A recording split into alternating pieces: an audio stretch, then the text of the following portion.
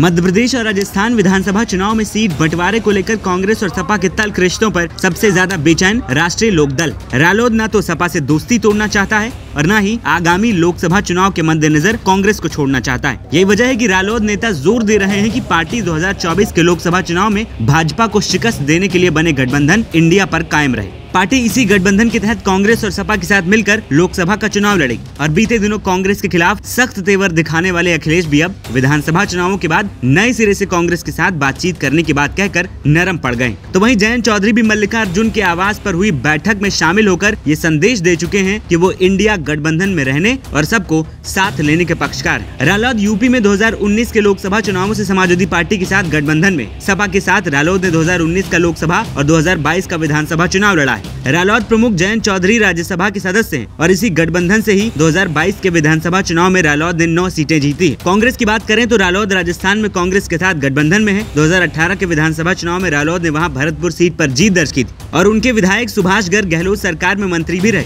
इस महीने हुए विधानसभा चुनाव में भी रालोद कांग्रेस के साथ रही और भरतपुर सीट से उसका उम्मीदवार जीता। वहीं समीकरणों की बात करें तो अगर लोकसभा चुनाव में रालोद, कांग्रेस और सपा मिलकर चुनाव लड़ते हैं तो तीनों दलों को फायदा हो सकता है। जहां यूपी में विपक्षी दलों की एकता कायम होगी, वहीं चुनाव में गैर भाजपाई वोटों के बिखराव को रोका जा सकेगा। रालोद को इस गठबंधन से सिर्फ पश्चिमी यूपी में फायदा होगा, जबकि सपा और कांग्रेस को इसका फायदा पूरे प्रदेश में हो सकता है। वहीं आरएलडी नेताओं की माने तो यूपी में प्रमुख विपक्षी दल के रूप में सपा और रालोद का गठबंधन है। ऐसे में इंडिया को यूपी में लोकसभा चुनाव अखिलेश को आगे करके लड़ना चाहिए। लेकिन सवाल यही है कि क्या कांग्रेस को यह मंजूर होगा, क्योंकि राजनीतिक गलियारों में चर्चाएं इस बात पर भी हैं कि कांग्रेस यूपी में सपा को छोड़ मायावती के साथ लोकसभा चुनाव में उतर सकती है। फिलहाल सबकी नजरें दिसंबर के तीसरे हफ्ते में होने वाली इंडिया गठबंधन की मीटिंग पर होंगी, जिसके बाद लगभग सभी तस्वीरें साफ हो जाएंगी। NBT ऑनलाइन की रिपोर्ट।